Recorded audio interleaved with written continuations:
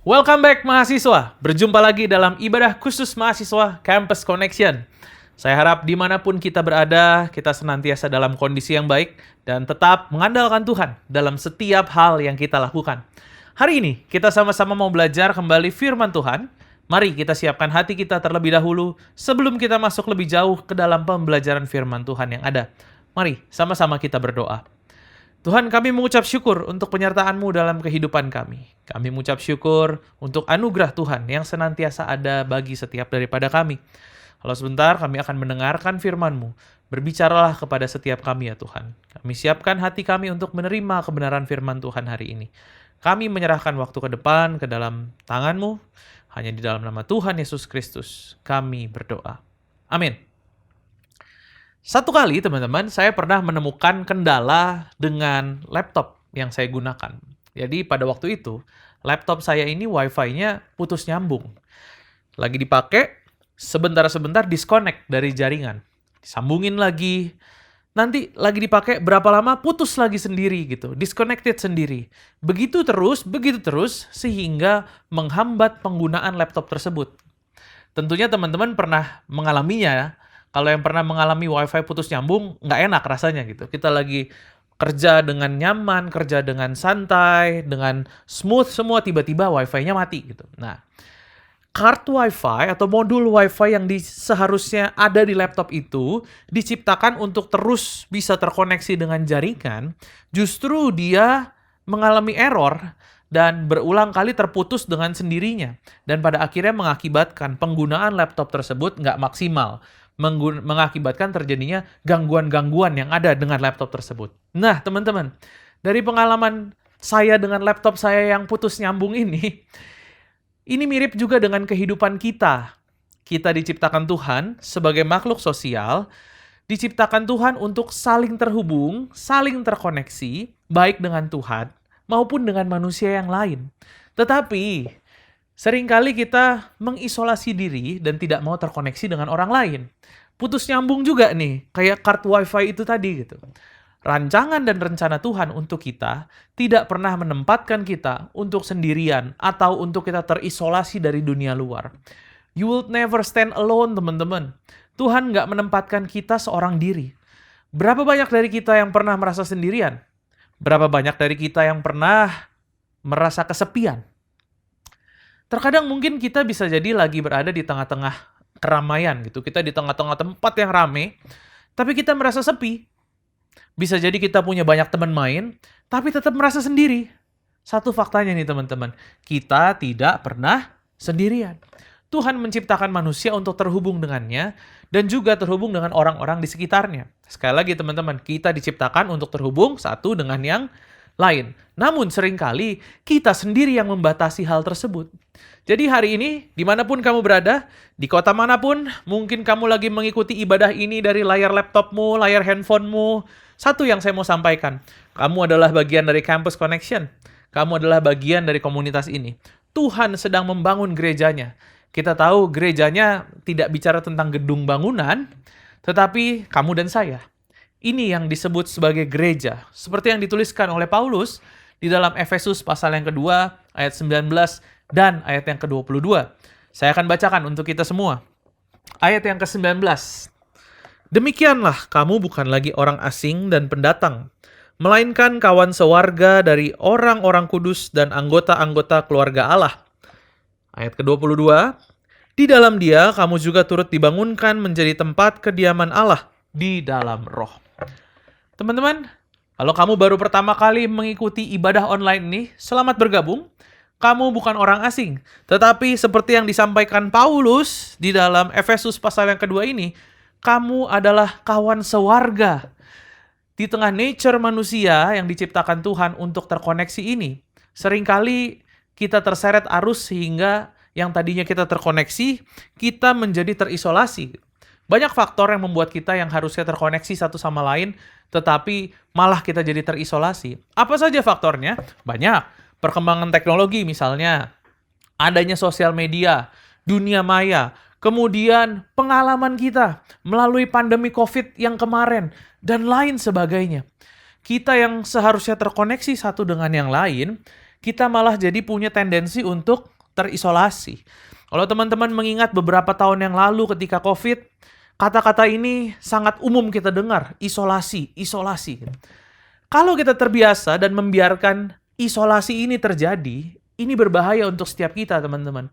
Ini nggak baik buat kita manusia yang notabene-nya kita diciptakan sebagai makhluk sosial, yang mana harusnya kita bersosialisasi dan bisa terkoneksi satu sama lain gitu.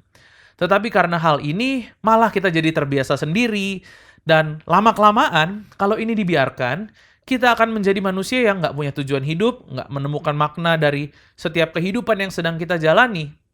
Kalau ini dibiarkan, mindset kita akan berubah dari yang seharusnya menjalani hidup dengan semangat, karena kita punya tujuan, punya visi yang dari Tuhan, berdampak untuk sekeliling kita, lama-lama kita akan hidup dengan survival mode. Ya, hidup selewat aja.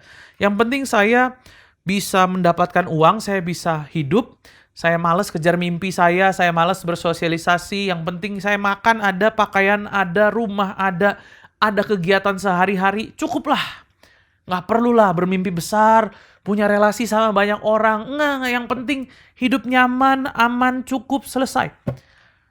Sedangkan kita tahu, itu bukanlah panggilan kita, teman-teman.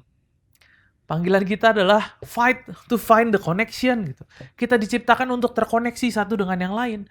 Kan Alkitab bilang bahwa kita adalah terang dan garam dunia. Kita diciptakan untuk membawa dampak bagi dunia kita.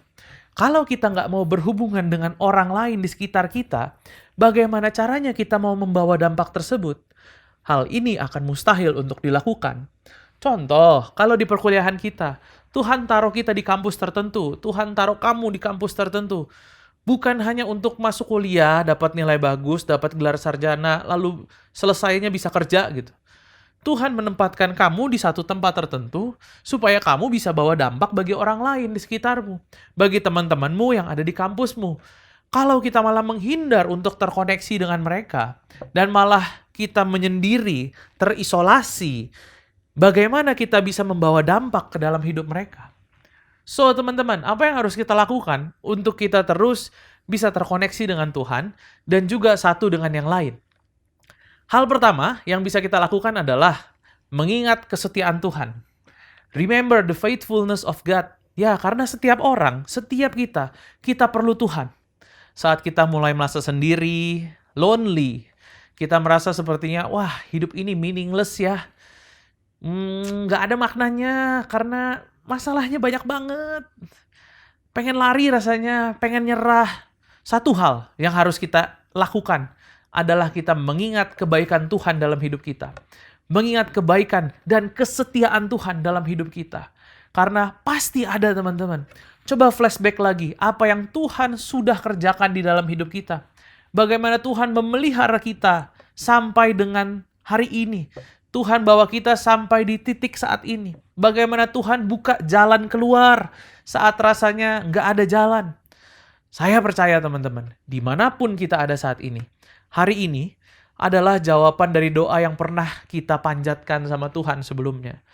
Pergumulan yang sudah berlalu, segala permohonan yang sudah berlalu, yang kita doakan sama Tuhan, dijawab sama Tuhan, Tuhan melepaskan kita dari masalah. Itulah yang menuntun kita sampai dengan kita ada hari ini. Alkitab menceritakan dalam kitab Yosua satu kejadian yang sangat spesial yang membuat bangsa Israel bisa mengingat kebaikan dan kesetiaan Tuhan di dalam kehidupan mereka. Kita lihat sama-sama ya, Yosua pasal 4 ayat 21 sampai 24. Ayat 21 dituliskan begini. Dan berkatalah ia kepada orang Israel demikian. Apabila di kemudian hari anak-anakmu bertanya kepada ayahnya, apakah arti batu-batu ini? Maka haruslah kamu beritahukan kepada anak-anakmu begini. Israel telah menyeberangi sungai Yordan ini di tanah yang kering. Sebab Tuhan Allahmu telah mengeringkan di depan kamu air sungai Yordan, sampai kamu dapat menyeberang seperti yang telah dilakukan Tuhan Allahmu dengan laut Teberau, yang telah dikeringkannya di depan kita, sampai kita dapat menyeberang. Ayat yang ke-24. Supaya semua bangsa di bumi tahu bahwa kuat tangan Tuhan, dan supaya mereka selalu takut kepada Tuhan Allahmu. Tuhan sengaja menyuruh mereka untuk meletakkan batu-batu tersebut untuk menjadi pengingat akan kesetiaan dan kebaikan Tuhan. Pengingat terhadap mujizat demi mujizat yang Tuhan kerjakan di dalam kehidupan bangsa Israel. Supaya, di sini dibilang supaya bangsa Israel dan keturunan-keturunannya nggak lupa akan hal tersebut. Dan memang, kadang susah untuk kita mengingat kebaikan Tuhan dalam hidup kita. Jujur aja, mungkin ada momen di mana kita bingung, di mana ya kesetiaan Tuhan yang katanya selalu ada dalam hidup saya. Apalagi saat kita sedang dilanda masalah dan kita terlalu fokus pada masalah yang terjadi dan sedang menimpa kita tersebut.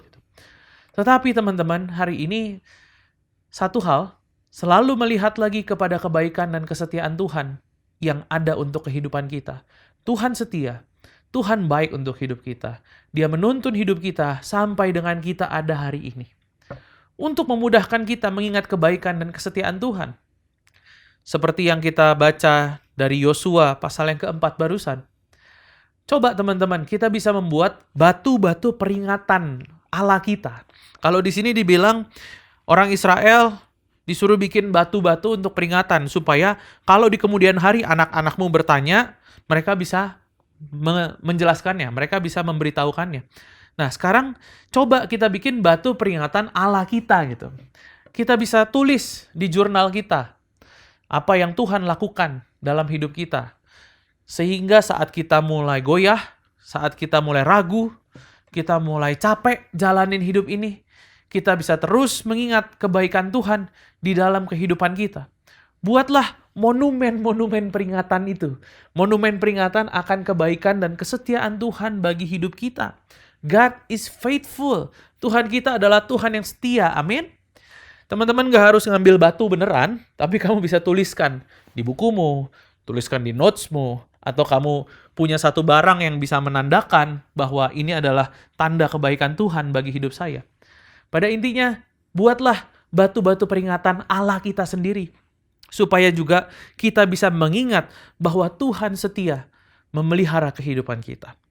Yang kedua, membangun relasi dengan orang lain.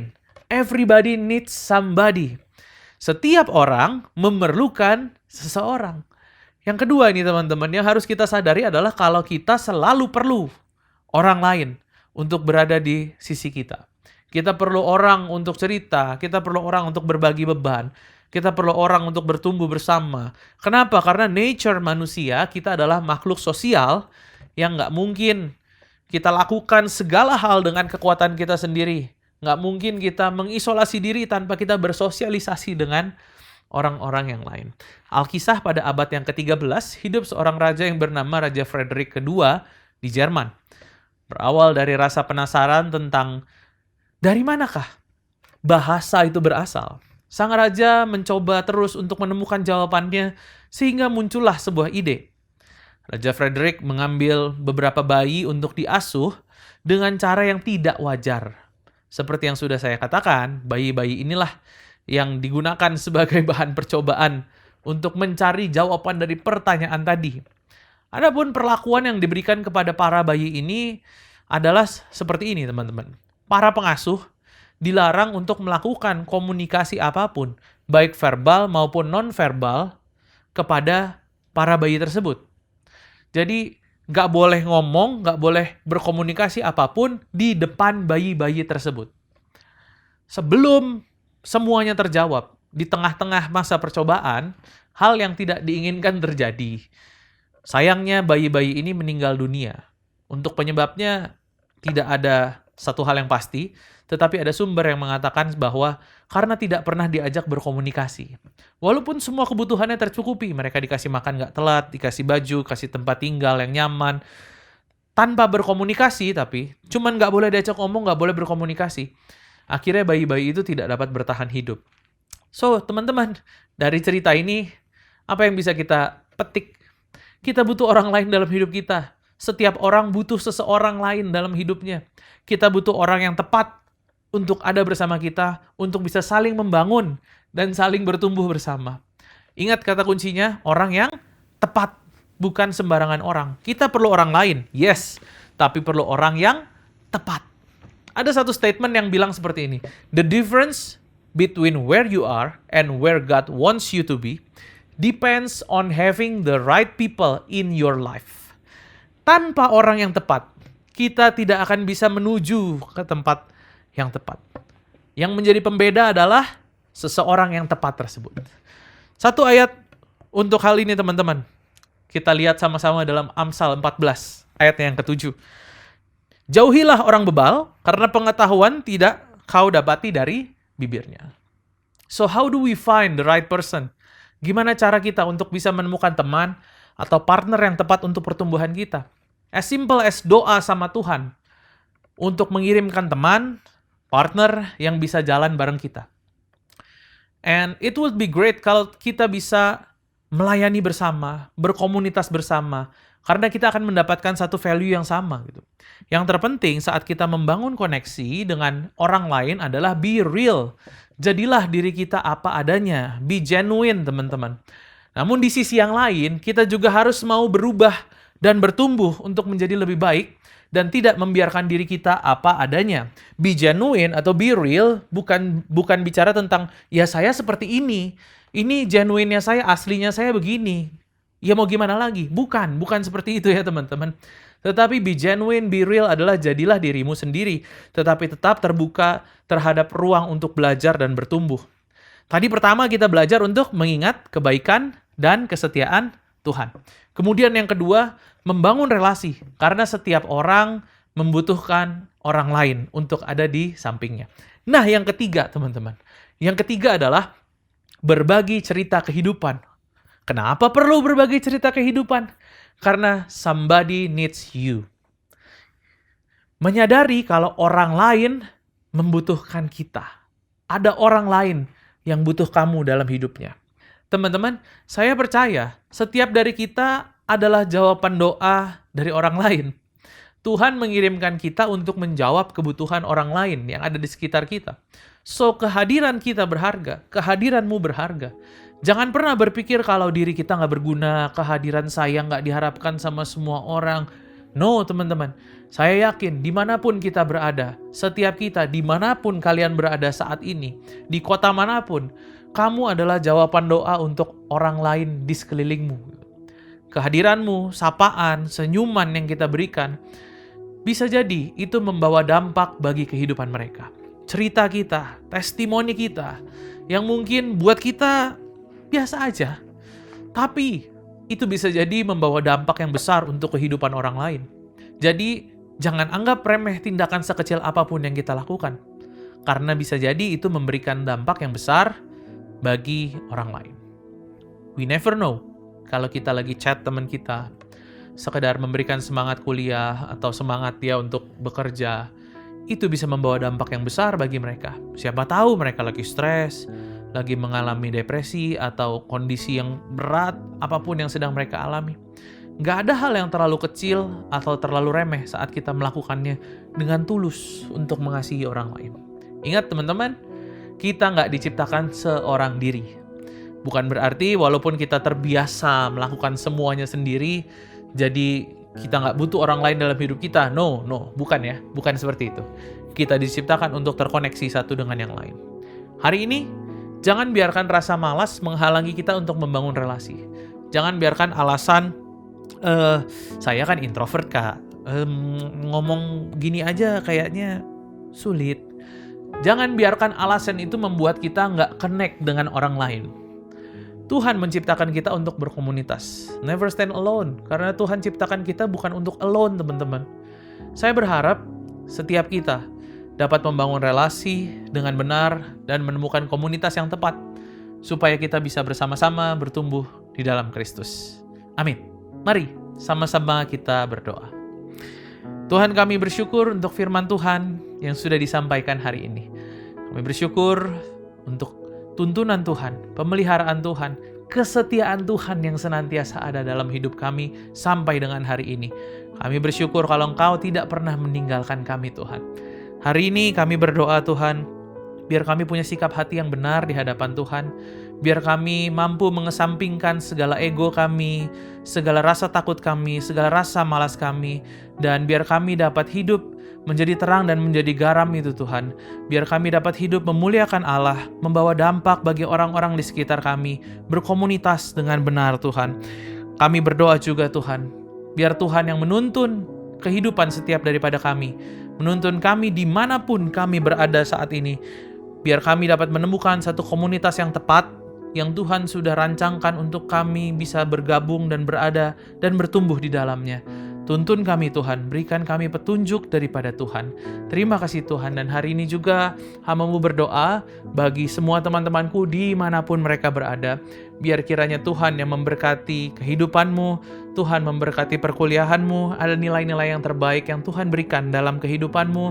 Tuhan juga memberkati keluarga-Mu, pemulihan relasi di tengah keluarga, kasih di tengah keluarga nyata dalam kehidupan keluarga-Mu. Terimalah damai sejahtera, sukacita, dan penyertaan Roh Kudus yang senantiasa ada sampai selama-lamanya. Di dalam nama Tuhan Yesus Kristus, kami berdoa. Amin. Saya berharap teman-teman semua dapat menemukan komunitas yang tepat, supaya kita semua bisa bersama-sama bertumbuh di dalam Kristus.